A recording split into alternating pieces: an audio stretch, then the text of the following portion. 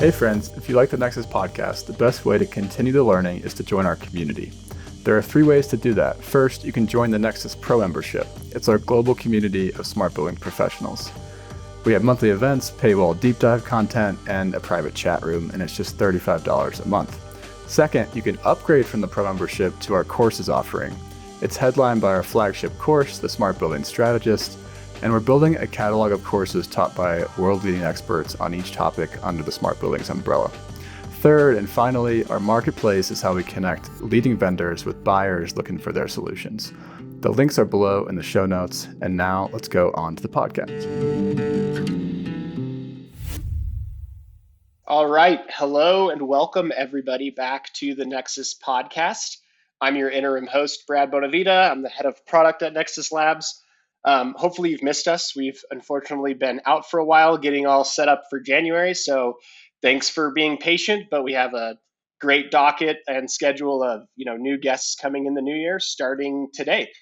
So today I have with me Kate Stelzel. Hi, Kate. How you doing? Hey, doing good. How are you? Good. Kate is the Technology Operations Manager at JLL. We are going to dive into all things about what Kate does and her presentation at NexusCon.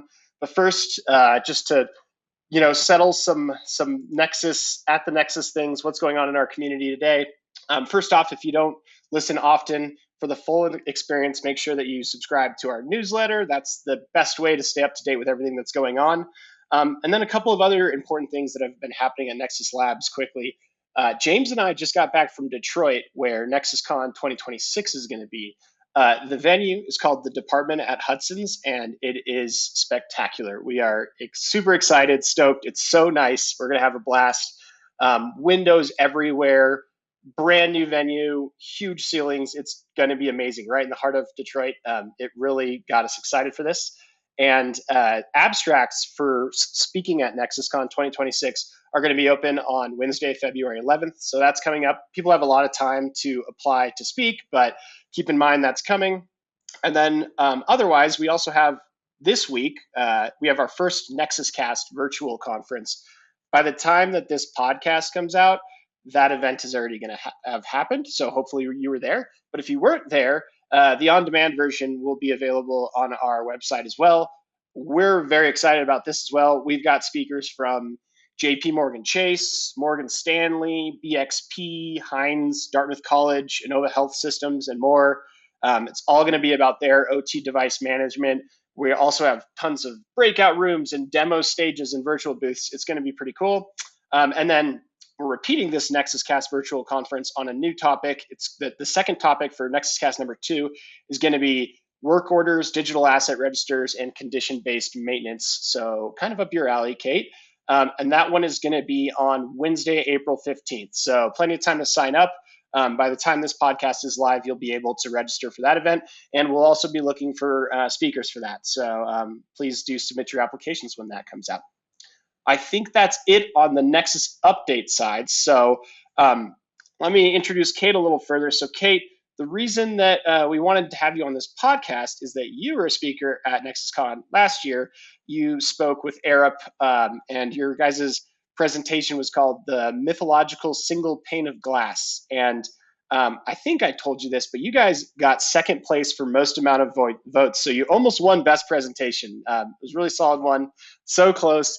Why don't you tell me a little bit more about your role, your position, what you do? Yeah, so I know you did a quick introduction. I work for JLL as a technology operations manager. Our client is Delta, so I am at LaGuardia Airport. We are working for Delta and for LaGuardia all the time, specifically focusing on their tech.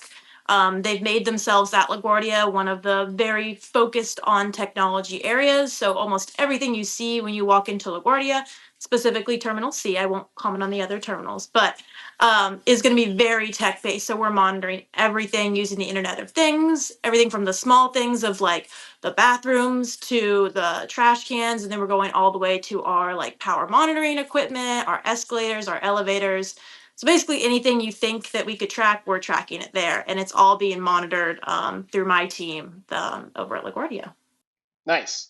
And maybe you can explain that relationship with Delta a little better. So you work for JLL, obviously, and your client is Delta and LaGuardia, or how does that work between Delta and LaGuardia for the Yeah, terminal? so my client is Delta. We'll fully respond to everything that Delta says, but it's kind of an interesting situation because airports are a very new space that operations management is kind of a very new area in it.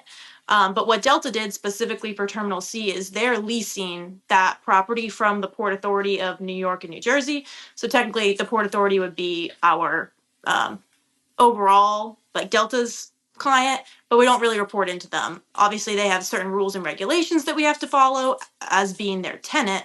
But everything we're doing is reporting to Delta, and then there are just some more high level things that the Port Authority would control. But really, Gotcha. Delta is the one we're going back to. Okay, awesome. And how long have you been on that account for JLL? So I started in October of 2022. So it's been a little over 3 years now. Nice. Okay, so let's dig into what you guys were talking about a little bit at NexusCon. The information broker, that's the term you guys were using. Why don't we start there? What is the information broker? Yeah, so we kind of coined this term along with Iconics basically to mean all of the information, right? It's this one-stop shop where you can get all of that information together. So normally at a lot of sites, you'd have like one main BMS, business monitoring system, where really you would mostly have like HVAC equipment, and sometimes there's a few other things, but it's very simplistic. And it's very dependent on the vendor. But here we're pulling all these separate systems from a bunch of different vendors, going back to our power monitoring equipment, our escalators and our elevators, our janitorial partners. Some people that wouldn't have a whole BMS system, but they might have endpoints that we can just specifically connect to. And then Iconics, the information broker, is pulling all of those endpoints into one, not only getting the data from them, but also creating graphics and workflows, something that you wouldn't normally get on your basic level BMS. Yep. Okay. I love the term for the title too, the mythological single pane of glass, because single pane of glass is something that we talk about a lot at Nexus Labs. Is like a buzzword. We have a really great meme that we used to produce a lot. I'll have to dig it up and like put it in the show notes here.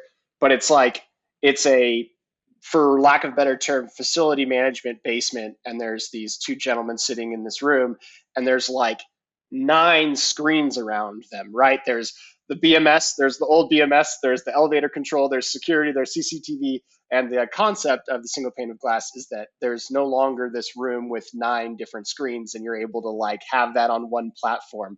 So have you actually physically seen a difference where you walk by one of your colleagues and there's not 4 monitors necessary, but you've got this information broker that's kind of the main thing that they need to look at? Yeah, so that meme is actually exactly what you would have seen at the airport. It is not a joke at all. And we used to walk in, we had what we called the TOCC. That was our command center, our 24/7 operations area. And when you would walk in, there was basically like a whole wall of computers that would just kind of have different screens depending on if it was the baggage handling system, the CCTV, like you said.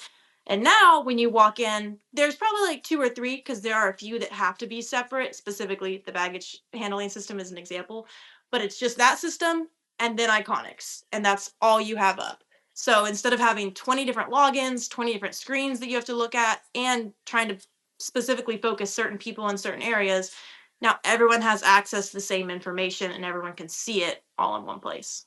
Nice. And so I have to imagine like that has driven it to have a ton of users because it has so many different use cases. Do you know like how many estimated users you have? Yeah, so I was actually looking back at one of our sheets because I was like, I know it's above 100. And we actually have an Excel sheet. So every time we want to add a user, we kind of list out who it is and the specific group, because there are different types of groups with different permissions, more or less, for like higher ups versus very specific engineers. And we have about 200 users. I'd say probably about 100 are actually in the system using it a lot more often. There are some people who've had access and don't really use it anymore. But yeah, about 200. And it has made it easier because only probably 20 people tops could fit in that old TOCC room where you could see all those monitors. Right now, you can do it from anywhere. You could look at it from home as long as you have your laptop. It gives everyone the access to look at it at any point in time. Nice. And those users are not just JLL employees, I imagine, but I mean, are there contractors in there as well? Yep, there's a range. So our vendors specifically can also look at it, which is nice for them because they can see how their VMS looks and then they can see it in Iconics and generally see that it's a little bit nicer, but it helps them kind of look at their data differently. Delta users also have it. AREP has access, the design team, all the JLL users. A big one was Port Authority, actually, like how we said earlier, they manage the property. And so we've given them access to a few things on there that they've honestly been asking Delta for access to for the longest time, specifically like their flight information, but Delta wouldn't give it to them because it is proprietary. But through Iconics, they have all these specific permissions and levels, so they actually do fit the security preferences. So we were able to share that information with them. Cool. So yeah, in that example, people have already understood how valuable it is. They're like asking for access. But when did you first like deploy this, and how was that first user adoption? Like, did it take quite a bit of work of change management to really get people to buy into this, or was it pretty easy because people just saw the value right away? It definitely took some adoption at the beginning. It's nice now to ask, and everyone's like, "Oh, can I get access to Iconics? Can I look at that?" But about 3 years ago, it was definitely not there. When I first got the job, it was very specifically asking me to try to get people involved and get that user adoption. So the main thing I did was kind of picked out which groups were going to be the most important. And for me, it was the engineering team. That was the one who was going to be able to get the most value out of it, do more hands-on stuff. So I would sit with them every single day, just ask them, what do they want to see? What is interesting to them? I'd kind of just show them the tool. I didn't really force them at first, kind of just showed it to them, almost like a new tool they can play with, but they're not like, you don't have to use it yet. And then I would just say, what would make this better? And kind of started asking things like that. I'd even walk around on their rounds with them when they were on the floor. So then I could be like, oh, doing that right there, you could actually do that in Iconics instead and then not have to do your rounds that way. Kind of just slowly seeding the way for things that they could use it for. And honestly, once I got them adopted, I'd say it probably took a solid 3 months of me doing that and working with them to get them using the system a lot more. But once they started adopting it, it was much easier to get everyone else on board. Yep. We hear all the time that when, any sort of large portfolio adopts a new software platform, you have like this clock that basically starts to get some quick wins to help with your user adoption, like getting right as it's deployed some sort of a quick win where people see the value of it quickly, and then that really can spark the user adoption. Yeah, something that directly affects them was usually the way to get it. They're like, oh, that will actually save me time? Absolutely, let's Right. do it. Yeah. So on that, when we're thinking about saving people time, is there like a CMMS, like a maintenance management work order style system that's separate from this, or does this handle giving like a facility maintenance personnel like the job that they need to do at that moment? So we do have a separate system. We use Corrigo. That's our work order system. There is one cool benefit of Iconics that we actually roped into it. It's still very new, but we did actually do a connection with Corrigo. So as long as our assets in Iconics are tagged correctly, they now link to the assets that we have tagged in Corrigo. So we actually can create a work order from this system, and it does send to Corrigo. Again, that's not an initial thing that was set up. We had to go through contracts and layers to get this connection, but it was possible, and now we do have that ability. Of course, that will depend on your ability to tag all of the assets and make sure they align, which was quite a task, but we do have that ability now. Yeah. Yeah, that's pretty cutting edge. I mean, I talked to a lot of building owners, and that gap from your uh, you know FDD data analytics to the CMMS to the work orders, it's usually still manual. So that's pretty cool that you've got an integration there. How much of your work orders are actually coming from the information broker versus coming from something else? Not a lot. And that's where the adoption kind of has to grow a little bit. So we have connected a certain amount of assets, and the ones that are connected, we can usually create like a few in there. But generally, most of the work orders are still coming through that CMMS system. So that's Right. definitely one that we need to get more user adoption on because it's a much newer idea. And a lot of the team is very used to creating them in the other work order system. So it kind of goes back to that. All right, let's try again. Let's train you on a new one, help them see the value of it a little more, but that value is the harder part to kind of get in there for Sure. them. Yeah, yeah. I'll be interested to see how that adoption continues to go for you, because again, like that's just something that we've seen our audience, our community struggle with to get those two connected. And the value of it is not only like just more efficient operations, but also if you're with your maintenance management systems or your IWMS, you have the ability to like link your work a lot more to your capital planning and budgeting. And, in a perfect world, you're starting to potentially choose what maintenance occurs based on what the true value is to, the building portfolio. Like what's the depreciation of that item, that asset? Like when is it going to get, maintained next, or when is it going to get replaced, and start to actually like connect dollars and cents of your assets to how you prioritize. So that's really cool. It definitely allows you to see trends. That's kind of the goal, to get that adoption, so you can see over time like when things start to break and when there are issues. I think the biggest issue we have for our site is that a lot of the people that are creating work orders, our techs and our mechanics, are very boots on the ground. They're not very computer savvy, they're not very tech savvy. They do have their phones, but Iconics is not as much of a phone interface. You can definitely open it on your phone, but it is more of a computer interface. So I would say that might be one of our issues with trying to get them to use it a little more, because they're very against going Yeah. on a computer and sitting down. And I get it, because a lot of them are out in the field and that's how they work. But that's the big thing we're trying to jump over right now, or figure out a caveat around that one. Sure, makes sense. I feel as though I've gone too far without giving Arup some credit, because Leo Gabrick presented with you as well.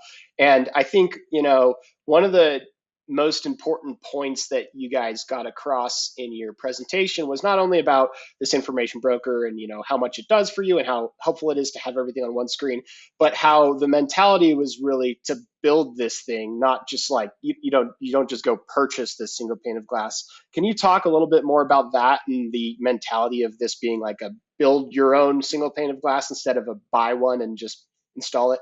Yeah, definitely. So I got to give a lot of credit to Leo and Arup for that too. Obviously, we've definitely taken over that idea, but they really came in with this like, hey, we have the system that we want to use, and here are all the ideas, like how we can make it better and how we can actually use it.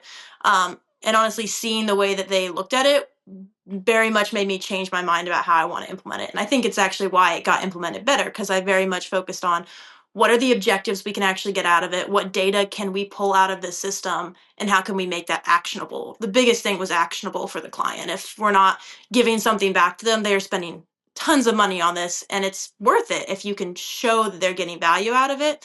So the biggest thing too is we would sit down, we have weekly meetings with ARUP and the client, and we just go through the graphics and create new workflows, try to think of new ways that it can create value, and looking at all the different data feeds and trying to just see how can we use this data, because there is a lot of data that we're getting. So the biggest thing was, how can we actually use this data to create something actionable? And that was what the client really wanted to see too. Great. Yep. Connecting it to the jobs to be done. That's what we're always hearing. So let's I want to make this more practical for the audience and bring it to life. How many different systems are connected to this? I think is it 30? Is that what you said? So the short answer is like about 30. The long answer is really it's probably about like 100 data feeds. Because when you think of systems, I'd say bigger systems like your BMS system, your UPSs, our PMCSs, which is all the power monitoring equipment, our VHTMS, which is our elevators, escalators. Those I'd kind of call like our big bucket systems. But within each system, sometimes just because the way the airport was set up, we have 4 concourses and a head house. So we have a separate contract for each specific area. And so for some of them, we end up using the same vendor for all 4 concourses and the head house. But for a few of them, we had different vendors for every single concourse, or 2 vendors for one concourse and 1 for another. So in terms of like the people that Iconics had to do specific data feeds for, was definitely a pushing maybe 100. But in terms of systems, it's about 30, which is a much easier way to kind of look at it. When you open up Sure. Iconics, there's like about a list of 30 systems on the side, and those are the ones you can click into and then go by concourse. The thing that makes it a little harder about the different vendors is sometimes when there are issues in the data feed or something's broken, you kind of got to go back and figure out which vendor it was, and who you have to reach out to. Yeah, sure. I can imagine, like, I don't know. I mean, always HVAC is the simple example, but let's just say someone replaces a terminal unit, a HVAC terminal unit that a contractor had to go in, the controller was broken. Who is responsible? How do you make sure that that information gets back into the information broker that, hey, we have a new piece of equipment here, it's been changed out? Like, what is kind of the workflow to get that back into the system? It depends on the vendor. Like for Schneider and a lot of our bigger ones for BMS, like we have a really close partnership where we're constantly talking about, hey, this needs to be replaced. This is where we're going to replace it. And then I communicate that with Iconics. For most of the systems, it's a plug and play where when you put a new one in, it's already routed the right way and there's not a lot of configuration changes that need to be made. So generally there aren't any issues in that sense. There are a few times where it just happens, probably for some of the smaller vendors where there wasn't that line of communication and the data will just go out. And so then normally the question is, okay, how did that happen? And normally it's a pretty quick thing to go back to Iconics and they'll just say, oh, well, we're no longer pinging the device. We reach out to the vendor and they're like, oh yeah, we switched out. We forgot to tell you. And then it's a quick fix from there. So generally with the line of communication, it's pretty easy. Sometimes if there's no oversight to it, you might lose communication for a little bit. But generally it's a pretty quick fix to just switch it back. And then to go to some of the kind of cooler examples, you had two particular examples in your presentation. I wanted to talk about the fuel tank alarming one. I think that's pretty unique. I just love talking about airports, BMS and single pane of glass and all their systems because there's so much at an airport that you can get data on. It's like such a unique building with so many different sources. So why don't you walk us through the fuel tank alarming example that you brought and how the information broker helped you out with that? Absolutely. I also think when you talk about the real life examples, it's just so much more interesting because it really is happening. These really did happen at the airport. So yeah, for us, for the fuel tank monitoring, the problem we realized here was once we missed a critical fuel delivery because the physical check tank levels were overlooked, they must have checked it and then it was fine when they did, but then there was a big drop and before the next round that was happened, no one had seen it. So what we kind of decided was, well, there's a miss there. Although we still were doing our rounds, the rounds weren't missed. The tank dropped a lot of fuel between the two rounds, and so no one had noticed that. And so what we wanted to do was set up these custom alarms within Iconics that would be based on one of the raw data fields, kind of like what I mentioned earlier with certain vendors. Iconics is just directly connecting to those data fields and pulling these points. Some of these points aren't points that you would get an alarm on normally. It is just a raw data point that says, in this case, percent full. So that would let you know at what level the fuel is at. So we pulled that. Real quick, sorry, Kate, the fuel, are we talking like jet fuel or tarmac vehicles? It's actually a range. So we have two. We have like glycol, which is more for like the winter months. And then we have actual like underground storage tank fuel that is directly going into planes to help them fly. Okay. Sorry if I don't know the exact term for the fuel there, but no, you're good. But you were mentioning, go ahead. I interrupted you. You were talking about how you can get kind of this raw data from the fuel tank, but it wasn't actually very usable, I would say, right? Yeah. So if you're like our vendor for our underground storage tanks, they have a simple BMS, right, that would tell you certain points. Percent full was not a point. It was not a point where you could just check and say, oh, this is where it's at. It did have a raw data point that said percent full, but that's not something that it showed on their BMS. It's something that unless you are like the technician all the way in there, you're not going to be able to see it. But since Iconics has access to that raw data point, they pulled it out and we created an alarm in Iconics that would say you are at 70 or 80% full, would send an alarm to our team that says, hey, you're at this percent full, you need to refill your tank. And this kind of enabled that detection of fuel levels that the standard BMS would not have allowed you to do. Gotcha. And is another part of that as well that you have multiple building management systems on this terminal, right? So like if you were to try to do it via the BMS, you would have had to create alarms in multiple different BMS, and Iconics kind of sits above all of them. Right. So like earlier when I mentioned, because we have the 4 concourses and the head house, there could be different vendors for each of them. And for these tanks, you'd have to set them up separately for each concourse, which you could do. You could go through and you could get them, but then it wouldn't be standardized. You would be getting one email when concourse F goes off and one email when head house goes off and maybe one when concourse E goes off, and they would all look different. So the way of bringing it in together was it's the exact same message. You're going to see it the same way. There's no confusion then of like one versus the other. It just makes it a much more consolidated view. Nice. That's awesome. Just to take a step back. So this was, you weren't at NexusCon 2024, first one, but you were at this one. What would you tell the audience is, let's start with, what was your favorite part of NexusCon? I think it'd have to be the demos. It was just Okay. the most similar to like being in person and seeing things. Like it feels more real. Actually getting to see some of these newer technologies that, I deal with like the Internet of Things and some of these things, but what they were doing there was very cool. It was very different than some of the things that you would see, especially like in the airport space. And somebody who is responsible for a portfolio of buildings, why would you recommend that they'd come to NexusCon, or like what value did you get out of it for your particular job? For me, it was actually seeing how much more was out there. I focused only on Iconics for the longest time. Obviously, it was great. They were at NexusCon too and was able to chat with them. But that I kind of was a little single-minded in the sense that I was like, this is the system. It's a great system, and I will still stand by it. But I kind of didn't think there was much else out there dealing with all this Internet of Things and different ways to track and monitor and tag things. But I spent so much time actually talking to the vendors and seeing all the different tech that's out there. And it actually kind of got me excited about some of the different things that maybe not specifically at LaGuardia, because we do really focus on Iconics. But again, we have tons of different airports, tons of different spaces, and maybe different systems that might be better depending on the airport or depending on the space. Because some of our spaces aren't as big. There were a lot more like smaller, simpler systems that Mm-hmm. I have a few different clients actually at JLL that have reached out and been like, wow, Iconics is great. I'd love to use it. And then I give this whole presentation. And they're like, wow, it's great, but I don't think it's for us. Like, I think it's too big. It's like too much of a cost. But then you can see some smaller ones, especially at NexusCon, that I was like, oh, that's super useful too. And maybe that's something that I could use in a different account when it's more relevant. Yep, simple buildings. That's it's very interesting how this industry has been so capable of figuring it out for the most complex buildings, but it's like we skipped past all the simple ones. We've got a white paper called the Untapped 87% that talks about this, and that's it seems to be the most difficult one to figure out software platforms that they work out for. So yeah, I completely agree.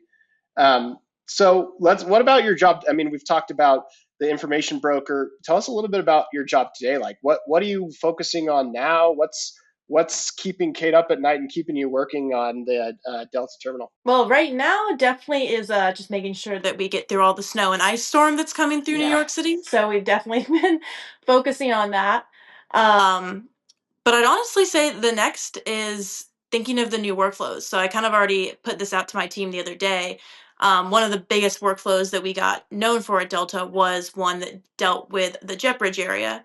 And so we recently kind of connected with that team to say, hey, we realize that you have all of this power that you're keeping on throughout the night. Like, because Iconics is tracking and seeing that all the jet bridges were just staying on throughout the night. And then they realized no one was being used. There were no planes there, and we started a workflow that checked for the planes. And so as long as a plane was not physically at one of the gates, it would actually turn off the jet bridge equipment by itself. And so I think the number was 25%, might be 35%, somewhere in there, but essentially saved Delta and Terminal C that much percent in power because we worked through this workflow to note two different Wow. systems that wouldn't have normally been connected. And so that's kind of what I'm challenging my team to do now. I said, hey, like, let's go back, let's look at this data, and let's see what different systems, because it comes by connecting systems that you wouldn't normally see. Because we have always had the JetBridge data and we always had the flight data, but the workflow wouldn't have worked unless we realized you had to put them together to notice when a plane's not there. That's when we turn off the electricity for those areas. So nothing yet, but very specifically looking at ways that we can kind of generally power is where we go focusing on more. Um, but looking for workflows and ways to connect data that hasn't been seen before. Nice. That's awesome. What kind of power is a jet bridge using when there's not a plane there? Is this like heating the jet bridge or the lighting or all? Yes. Yep. Both. So they have like a GPU, which is a ground power unit, which is the main one. That's actually the specific one that we're turning on and off. And it does that exactly. It powers the jet bridge area and it keeps it warm. And so a lot of the jet bridges will still be extended when there's not a plane there. Which is an issue. We want to be able to just retract them unless a plane's coming within like 20 minutes. That's also something it checks for. If there's a plane coming within like 30 minutes, they won't turn it off. But if there hasn't been one there for like an hour and we have the flight schedules too, so there's not one scheduled to come, then it will turn it off. But yeah, it's really the heating and the lighting in those areas. Gotcha. Very cool. Well, if anyone listening wants to hear more about the story, you can watch the recording of Kate and Leo's presentation on our website. It's available for Nexus Pro members. Really stoked to hopefully have you again at NexusCon. It's going to be great in 2026. We'll want to get an update on how you guys are doing. So let's wrap here. So we always do carve outs to wrap things up. It's just something fun that's going on in your life. I'll let you go first, Kate. Do you have a carve out for us? Yeah, so like I mentioned earlier, we did have the big snowstorm or start of the snowstorm here. So I did actually get to venture out to Central Park this weekend. Get to do a little, I wouldn't say snowboarding, but some sledding. Borrowed someone's snowboard for a little bit. Got to try it. Do some new snow sports. Me being from Georgia, it was mesmerizing to see the snow because I don't see much snow ever. So I really enjoyed that. Nice, that's awesome. Snowboarding in Central Park. That's a new one. Pretty fun. I also actually went snowboarding this weekend. I'm in Colorado, so it's a more normal occurrence here. But our snow has actually been quite poor, so I can't say much about I've it. actually heard But that. My sister's out yeah, there, and she said they oh haven't been yeah, snow. no, it's been pretty bad. But hopefully it'll ramp back up. And we always do a lot of our prizes at NexusCon are ski trips to Colorado. Right. So we've the ski trip for the prize winners of last year's NexusCon is going to be, I think, April 1st or something like that. So hopefully things turn around for It us. should be good by then. Yeah. My carve out was just going to be so I mentioned I was in Detroit, which is where our NexusCon is going to be next year. I had not spent much time in Detroit. The venue is like right downtown, and one of the restaurants there is called Buddy's Pizza, which apparently is like the original Detroit style pizza. I was aware of Detroit style pizza. I had never had it before. I thought it was spectacular. So if anyone's going to NexusCon, it's within walking distance. If you haven't tried Detroit style pizza, highly recommended from a Colorado guy. So there's that. Awesome. Thank you so much, Kate, for being a part of this. Your story is really cool. If anybody wants to learn more, like I said, you can watch the recording on our website. And thanks a lot. Have a good one. Okay, friends, thank you for listening to this episode. As we continue to grow our global community of changemakers, we need your help. For the next couple of months, we're challenging our listeners to share a link to their favorite Nexus episode on LinkedIn with a short post about why you listen. It would really, really help us out. Make sure to tag us in the post so we can see it. Have a good one.